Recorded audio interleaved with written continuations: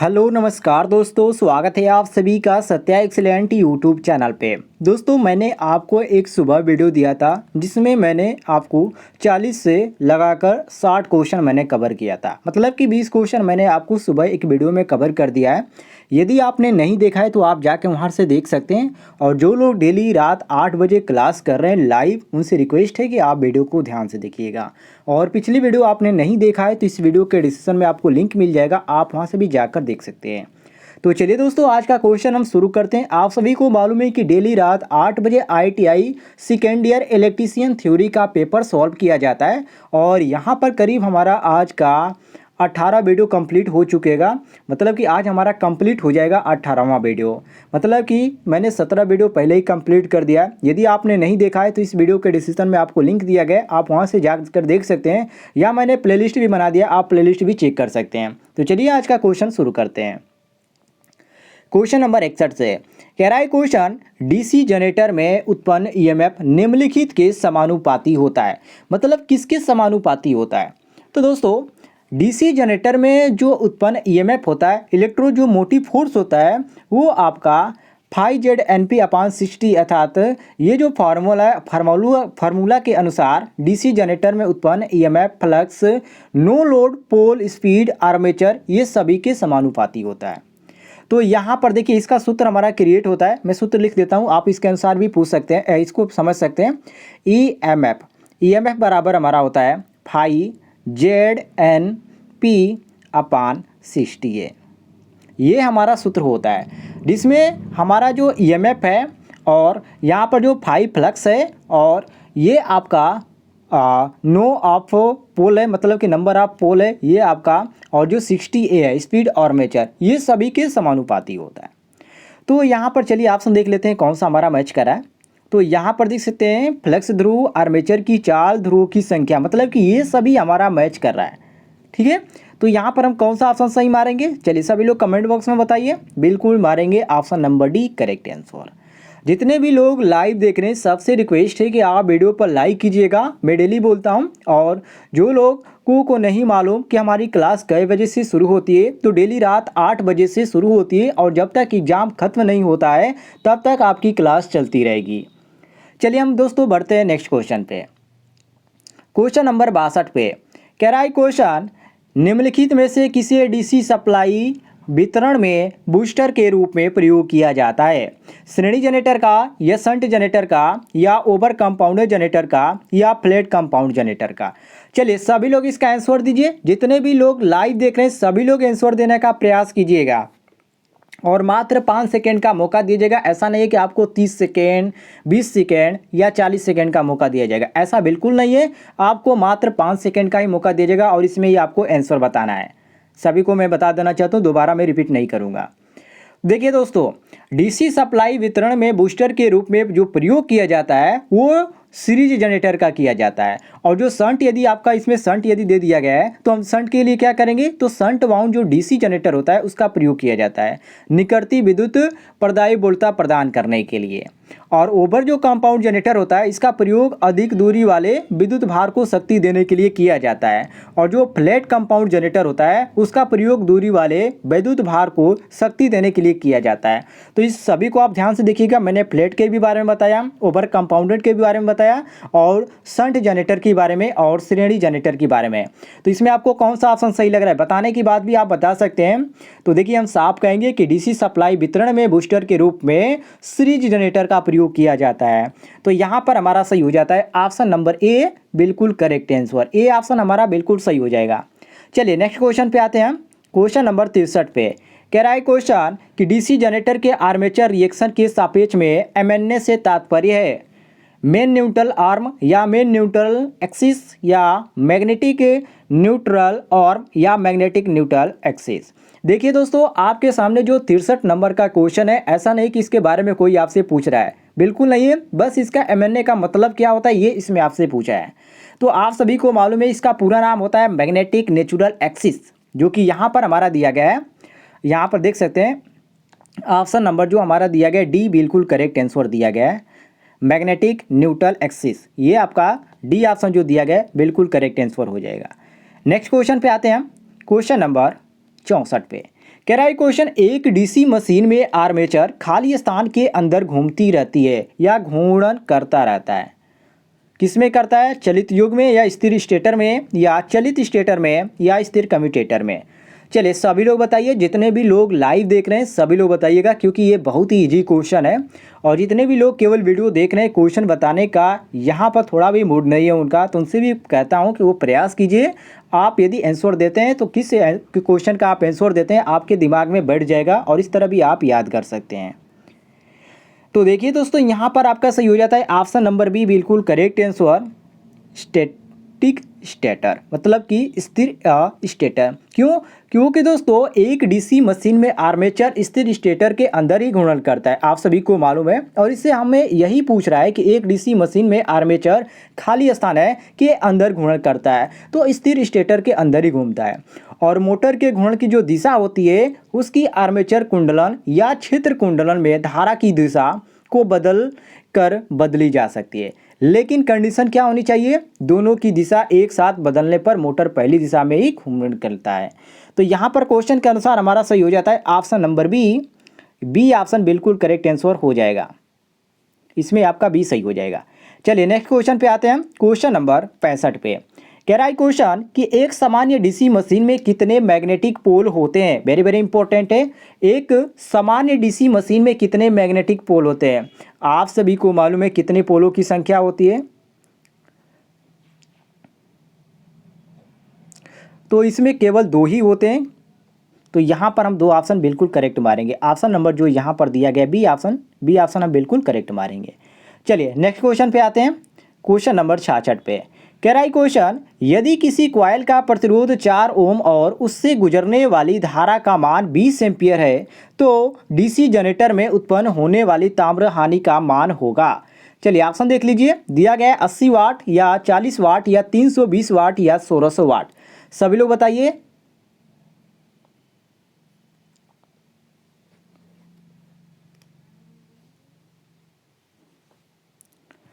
तो ध्यान दीजिएगा दोस्तों, यदि किसी कॉइल का प्रतिरोध 4 ओम और उसमें गुजरने वाली धारा का मान यदि 20 एम्पियर है तो डीसी जनरेटर में उत्पन्न होने वाला जो आर्मेचर ताम्र का मान होगा 1600 वाट होगा। क्यों?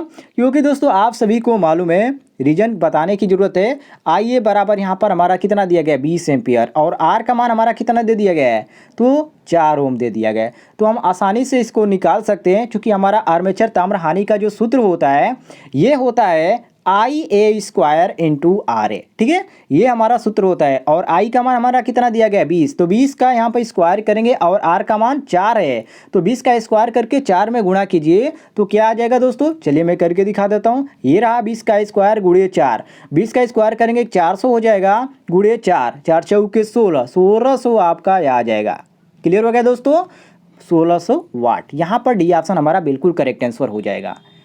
क्लियर हो गया दोस्तों? आगे बढ़ते हैं हम नेक्स्ट क्वेश्चन पे, क्वेश्चन नंबर 67 पे कह रहा है क्वेश्चन कि निम्न में से कौन डीसी जनरेटर के रोटर का भाग नहीं है?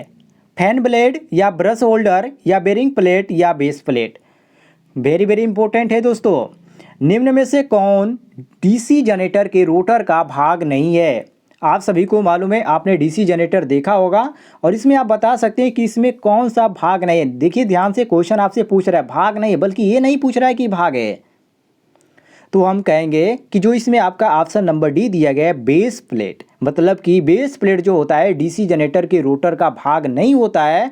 लेकिन जो यहाँ पर हमारा दिया गया है फैन ब्लेड, ब्रश होल्डर और बियरिंग प्लेट, ये रोटर के भाग होते हैं। तो इसलिए यहाँ पर हम मारेंगे ऑप्शन नंबर डी, बिल्कुल करेक्ट आंसर क्वेश्चन के अनुसार। ठीक है, ऐसा नहीं है कि ये बिल्कुल सही है, नहीं, क्योंकि क्वेश्चन हमसे जैसे पूछ रहा है हम वैसे ही आंसर देंगे। नहीं पूछ रहा है तो इसमें हम नहीं मारेंगे ऑप्शन नंबर डी। चलिए नेक्स्ट क्वेश्चन पे आते हैं, क्वेश्चन नंबर 68 पे कह रहा है क्वेश्चन, निम्नलिखित में से किस वाइंडिंग में पतले तार एवं अधिक टर्न पाए जाते हैं? ऑप्शन दिखा देते हैं, आपको कन्फ्यूजन खत्म हो जाएगा। पहला ऑप्शन दिया गया शंट वाइंडिंग, बी दिया गया है सीरीज वाइंडिंग, सी ऑप्शन दिया गया है सीरीज एवं शंट दोनों, या डी ऑप्शन दिया गया न तो सीरीज और न ही शंट वाइंडिंग। तो सभी लोग बताइए कौन सा ऑप्शन आपको इसमें सही लग रहा है। एक बार और क्वेश्चन रिपीट कर देता हूँ, निम्नलिखित में से किस वाइंडिंग में पतले तार एवं अधिक टर्न पाए जाते हैं। वेरी वेरी इंपॉर्टेंट है दोस्तों, और ये क्वेश्चन मैं आपको 2 बार करीब रिपीट करके बता चुका हूँ। पूछने का तरीका अलग था लेकिन क्वेश्चन का आंसर वही था। देखिए दोस्तों, आपने शंट वाइंडिंग का नाम सुना होगा, और शंट वाइंडिंग में क्या होता है, पतले तार एवं अधिक टर्न पाए जाते हैं। और श्रेणी वाइंडिंग में क्या होता है, श्रेणी वाइंडिंग में मोटे तार के कम टर्न प्रयोग किए जाते हैं। तो इसमें हमारा सही हो जाता है क्वेश्चन के अनुसार ऑप्शन नंबर ए बिल्कुल करेक्ट आंसर, शंट वाइंडिंग। ये ऑप्शन यहाँ पर हम बिल्कुल सही मारेंगे। जितने भी लोग लाइव देख रहे हैं सबसे रिक्वेस्ट है कि आप वीडियो पर लाइक कीजिएगा और अपने दोस्तों के साथ शेयर कीजिएगा, वो भी यदि इलेक्ट्रीशियन ट्रेड से हों तब। चलिए नेक्स्ट क्वेश्चन पे आते हैं। क्वेश्चन नंबर यहाँ पर हम आते हैं 69 पे।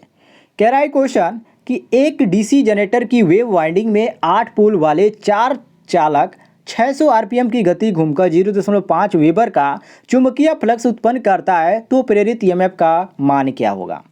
उम्मीद है दोस्तों आप ये क्वेश्चन लगा लेंगे, क्योंकि इस तरह के मैंने बहुत सारे क्वेश्चन बता दिए हैं। तो चलिए हम नेक्स्ट क्वेश्चन पे आते हैं। चलिए इसको भी हम बता देते हैं। तो देखिए यहाँ पर आपसे क्या पूछा है, एक डीसी जनरेटर की वेव वाइंडिंग में 8 पोल वाले 4 चालक 600 आरपीएम की गति से घूमकर 0.5 वेबर का चुंबकीय फ्लक्स उत्पन्न करता है, तो इसमें प्रेरित विद्युत वाहक का मान कितना होगा। तो इसमें हम बता सकते हैं दोस्तों 80 होगा। क्यों, यहाँ पर आसान तरीका है इसको ज्ञात करने का, ये 80 ही आएगा। अब देखिए कैसे हम लगाएंगे। देखिए दोस्तों, आप सभी को मालूम है, मैंने आपको अभी सूत्र बताया, E बराबर φZ PN या NP/60 है। ठीक है, अब देखिए इसमें पोलो की संख्या हमारा कितना दे दिया गया, 8 दे दिया गया, तो हम P की जगह 8 लिखेंगे। Z कितना है, तो Z का मान हमारा यहाँ पर 4 दिया गया है, तो हम Z की जगह 4 लिखेंगे। और N का मान हमारा कितना दिया गया है, तो N का मान हमारा 600 आरपीएम दे दिया गया है, तो N की जगह 600 लिखेंगे। अब दोस्तों हमसे पूछ क्या रहा है, E मतलब कि EMF का मान क्या होगा, तो E का मान हमको निकालना है, तो निकाल सकते हैं, कोई दिक्कत नहीं है। चलिए मैं निकाल के दिखा देता हूँ आपको। देखिए हमारा यहाँ पर फाई का मान कितना दिया गया है, दशमलव में दिया था 0.5, तो फाई की जगह 0.5 लिखेंगे। उसके बाद सूत्र में जेड आता है, जेड के स्थान पर हम 4 लिखेंगे। उसके बाद दोस्तों हमारा पोल आता है, तो पोलों का संख्या यहाँ पर 8 दिया गया है, तो 8 लिख देंगे। उसके बाद दोस्तों एन का मान हमारा 600 आरपीएम दिया गया है, तो 600 लिख देंगे। उसके बाद बचा हमारा यहाँ पर 60A, तो यहाँ पर हम लिख देंगे 60A। ठीक है, कोई दिक्कत नहीं। यहाँ पर हमारा 120 φZNP/120 यहाँ पर सूत्र लगेगा, तो यहाँ पर 120 हो जाएगा। ठीक है, यहाँ पर 120 कर लीजिएगा, 120 और यहाँ पर 10, ये गुणे 10 कर लीजिए।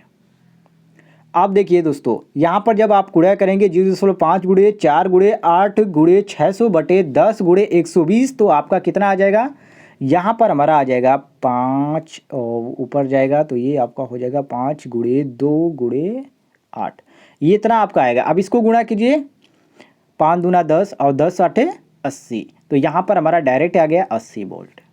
ये हमारा बी ऑप्शन बिल्कुल करेक्ट आंसर हो जाएगा। क्लियर होगा दोस्तों, कोई भी कन्फ्यूजन नहीं होना चाहिए। चलिए हम आगे बढ़ते हैं नेक्स्ट क्वेश्चन पे। क्वेश्चन नंबर 70 पे कह रहा है क्वेश्चन, यदि लैप वाइंडिंग में पोलों की संख्या 4 है, तो समांतर पथों की संख्या खाली स्थान होगी 2 होगी या 4 होगी या 1 होगी या 6 होगी। दोस्तों देखिए, आप सभी को मालूम है लैप वाइंडिंग में पोलों की संख्या 4 है, तो समांतर पथों की संख्या भी 4 ही होगी, क्योंकि आप सभी को मालूम है मैंने सूत्र बताया था A बराबर P, मतलब कि और लैप वाइंडिंग में क्या होती है, ये आपकी समान होती है, मतलब कोई भी कन्फ्यूजन नहीं है। मतलब कि आर्मेचर में समांतर पथों की संख्या बराबर ध्रुवों की संख्या, तो वेव वाइंडिंग में क्या होता है, A बराबर 2 हो जाता है, मतलब कि A का मान वहीं पर वेव वाइंडिंग में 2 हो जाता है। और हमसे यहाँ पर पूछ क्या रहा है, यदि लैप वाइंडिंग में पोलों की संख्या 4 है, तो समांतर पथों की संख्या होगी, तो आप आसानी से इसको निकाल सकते हैं, 4 होगी। ऑप्शन नंबर बी हमारा यहाँ पर बिल्कुल करेक्ट हो जाएगा। चलिए नेक्स्ट क्वेश्चन पे आते हैं। क्वेश्चन नंबर 71 पे कह रहा है क्वेश्चन, निम्न में से किसकी मदद से डीसी मशीन में आर्मेचर प्लेटों को समांतर या समान दूरी पर रखा जाता है। चलिए सभी लोग बताइए कौन सा ऑप्शन आपको सही लग रहा है, योक या पोलसू या कम्यूटेटर या सीरा प्लेट। सभी लोग बताइए।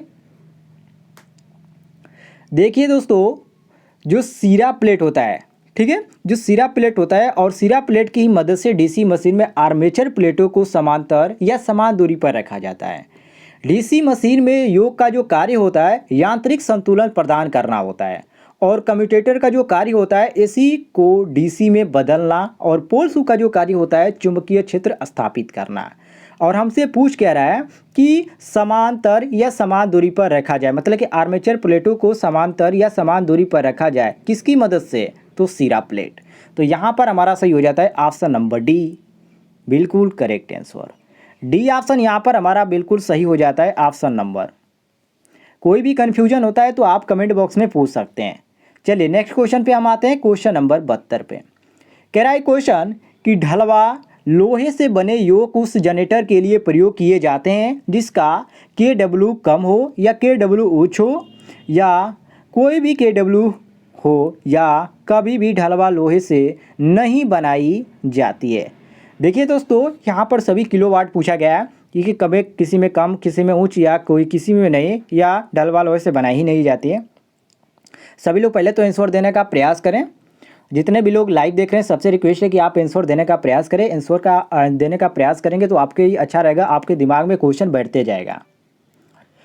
तो देखिए दोस्तों, ढलवा लोहा से बने जो योक होते हैं वो जनरेटरों के लिए प्रयोग किए जाते हैं जिनका KW कम होता है, मतलब कि उच्च नहीं होता है बल्कि कम होता है, लो KW होता है किलोवाट। तो यहाँ पर हमारा सही हो जाता है ऑप्शन नंबर ए, बिल्कुल करेक्ट आंसर। आगे बढ़ते हैं हम नेक्स्ट क्वेश्चन पे। क्वेश्चन नंबर 73 पे आते हैं। कह रहा है क्वेश्चन कि निम्नलिखित में से कौन कम्यूटेटर से धारा संग्रहित करता है, बेरिंग या बेरिंग प्लेट या कार्बन ब्रश या टर्मिनल प्लेट। ये तो बहुत ही इंपॉर्टेंट है। देखिए दोस्तों, यहाँ पर जो हमारा ऑप्शन दिया गया 4 option, bearing, bearing plate, carbon brush और टर्मिनल प्लेट, इसमें से हमारा जो सही हो जाता है वो आपका ऑप्शन नंबर सी सही हो जाता है, मतलब कि कार्बन ब्रश। क्यों? क्योंकि दोस्तों कार्बन ब्रश कम्यूटेटर में धारा संग्रह करके बाह्य सप्लाई को प्रदान करता है और बेरिंग जो बियरिंग होता है, ये बियरिंग प्लेट तथा टर्मिनल जो प्लेट होता है सभी आर्मेचर शाफ्ट को अस्थायित्व प्रदान करते हैं। इसलिए यहाँ पर हम मारेंगे ऑप्शन नंबर सी, बिल्कुल करेक्ट आंसर, कार्बन ब्रश। अर्थात इनमें से कौन कम्यूटेटर से धारा संग्रहित करता है, तो कार्बन ब्रश करता है। तो यहाँ पर सी ऑप्शन हमारा बिल्कुल करेक्ट आंसर हो जाता है। चलिए नेक्स्ट क्वेश्चन हम आते हैं, क्वेश्चन नंबर 74 पे। कह रहा है क्वेश्चन, जिस विधि से डीसी जनित्र में विद्युत वाहक बल प्रेरित होता है वह खाली स्थान कहलाता है, उष्मीय या गतिज या स्थितिज या रासायनिक। दोस्तों जिस विधि से डीसी जनित्र में विद्युत वाहक बल अर्थात ईएमएफ जिसको हम बोलते हैं वो प्रेरित होता है उसी को हम गतिज कहलाते हैं या गतिज कहते हैं। तो यहाँ पर हमारा सही हो जाता है ऑप्शन नंबर बी, बिल्कुल करेक्ट आंसर। क्लियर हो गया दोस्तों। चलिए नेक्स्ट क्वेश्चन पे आते हैं, क्वेश्चन नंबर 75 पे। कह रहा है क्वेश्चन, डीसी जनित्र का कार्य सिद्धांत है। आप सभी को मालूम है कि जो डीसी जनित्र का सिद्धांत है अर्थात जो डीसी जनित्र जिस पे कार्य करता है वो फैराडे का विद्युत चुंबकीय प्रेरण का नियम है। और ये नियम कहता है कि किसी चुंबकीय क्षेत्र में गतिमान चालक चुंबकीय फ्लक्स में परिवर्तन पैदा करता है जिसके फलस्वरूप उसमें विद्युत वाहक बल पैदा हो जाता है। इसलिए यहाँ पर ऑप्शन में हमारा जो दिया गया है, ऑप्शन देख सकते हैं, इसमें हमारा दिया गया ऑप्शन नंबर सी। तो हम सी ऑप्शन बिल्कुल करेक्ट आंसर मारेंगे, सी ऑप्शन बिल्कुल सही हो जाता है हमारा। चलिए नेक्स्ट क्वेश्चन पे आते हैं, क्वेश्चन नंबर 76 पे। कह रहा है क्वेश्चन, किसी चालक में विद्युत वाहक बल प्रेरित होने के लिए आवश्यक है, कौन कौन चीज़ें यहाँ पर जरूरी होती है। तो आप इसी तरह इसको जान लीजिए, यहाँ पर ऑप्शन देखने की ज़रूरत नहीं है। किसी चालक में विद्युत वाहक बल प्रेरित होने के लिए आवश्यक क्या क्या है। तो देखिए दोस्तों, किसी चालक में विद्युत वाहक बल प्रेरित होने के लिए सबसे पहले गतिमान चुंबकीय फ्लक्स, गतिमान चालक की आवश्यकता होती है। और किसी जनित्र द्वारा उत्पन्न विद्युत वाहक बल की गणना के लिए जो प्रयोग किए जाने वाला सूत्र होता है वो विद्युत वाहक बल का समीकरण ही कहलाता है और उसी के ही द्वारा हम इसको ज्ञात करते हैं। तो यहाँ पर जो ऑप्शन में हमारा दिया गया है क्वेश्चन के अनुसार ऑप्शन नंबर डी हमारा बिल्कुल करेक्ट आंसर हो जाता है, या तो गतिमान चुंबकीय फ्लक्स या गतिमान चालक। इसलिए यहाँ पर हम डी ऑप्शन बिल्कुल करेक्ट मारेंगे, डी ऑप्शन यहाँ पर हमारा सही हो जाता है। चलिए नेक्स्ट क्वेश्चन पे आते हैं, क्वेश्चन नंबर 77 पे। कह रहा है क्वेश्चन, यदि आर्मेचर को स्लिप्ड रिंग से जोड़ दिया जाए तो आउटपुट होगा अल्टरनेटिंग करंट या पल्सेटिंग करंट या स्लो ऑसिलेटिंग करंट या डायरेक्ट करंट। दोस्तों यदि आर्मेचर को हम स्लिप रिंग से जोड़ दें या जोड़ दिया जाए तो आउटपुट में अल्टरनेटिव जो होगा वो करंट होगा। और ये जो आपकी विधि है, इस विधि से आर्मेचर लूप को दो स्लिप रिंग से जोड़ा जाता है। और स्लिप रिंग दो धात्विक तांबे के होते हैं, तांबे का या पीतल के बने होते हैं, जो कि एक छल्ले टाइप के होते हैं, जो कि आर्मेचर शाफ्ट पर अचालक पदार्थ की सहायता से स्थापित किए जाते हैं। और प्रत्येक जो स्लिप होता है, जो प्रत्येक स्लिप रिंग होता है, वो कार्बन ब्रश के संपर्क में ही रहते हैं। तो यहाँ पर सही हो जाता है क्वेश्चन के अनुसार हमारा ए ऑप्शन बिल्कुल करेक्ट आंसर। ए ऑप्शन यहाँ पर हमारा सही हो जाता है। चलिए नेक्स्ट क्वेश्चन पे आते हैं, क्वेश्चन नंबर 78 पे। कह रहा है क्वेश्चन, कम क्षमता वाली डीसी मशीनों की योक खाली स्थान की बनाई जाती है? कास्ट आयरन, एल्युमिनियम, पीतल या फैब्रिकेटेड स्टील? दोस्तों, कम क्षमता वाली डीसी मशीन के जो योक होते हैं कास्ट आयरन के बनाए जाते हैं। और जो जनित्र होते हैं और मोटर होते हैं, उनकी जो बॉडी होती है, बॉडी को ही हम योक कहते हैं। और ये मशीन के सभी भागों को सुरक्षित रखती है जो योक होता है, और पोल्स द्वारा स्थापित चुंबकीय फ्लक्स का मार्ग भी पूरा करता है। तो यहाँ पर क्वेश्चन के अनुसार हमारा ए ऑप्शन बिल्कुल करेक्ट आंसर हो जाता है। नेक्स्ट क्वेश्चन पे आते हैं हम, क्वेश्चन नंबर 79 पे। कह रहा है क्वेश्चन, कम्यूटेटर सेगमेंट के मध्य प्रयोग किए जाने वाला अचालक पदार्थ है? एम्पायर क्लॉथ या लकड़ी या अब्रक या वर्निश? दोस्तों, यहाँ पर आपका जो ऑप्शन दिया गया है 4, इन ऑप्शनों में से आपको कौन सा सही लग रहा है? चलिए सभी लोग बताइए, कम्यूटेटर सिगामेंट के मध्य प्रयोग किए जाने वाला अचालक पदार्थ कौन सा होता है? एम्पायर क्लॉथ या लकड़ी, अब्रक या वर्निश? देखिए दोस्तों, जो कम्यूटेटर होता है, कम्यूटेटर सिगामेंट के मध्य प्रयोग किए जाने वाला एक अचालक पदार्थ होता है, जो कि एक ये पदार्थ अब्रक है। और कम्यूटेटर एक ऐसी यांत्रिक युक्ति है जो कि ब्रशों तथा जो रॉकर्स होता है उसकी सहायता से घूमते हुए आर्मेचर को बाह्य परिपथ को डीसी विद्युत वाहक बल प्रदान करती है। इसलिए यहाँ पर हमारा सही हो जाता है ऑप्शन नंबर सी बिल्कुल करेक्ट आंसर। कम्यूटेटर सिगामेंट के मध्य प्रयोग किए जाने वाला जो अचालक पदार्थ होता है वो आपका अब्रक होता है। तो सी ऑप्शन यहाँ पर हम बिल्कुल करेक्ट मारेंगे। नेक्स्ट क्वेश्चन पे आते हैं, क्वेश्चन नंबर 80 पे।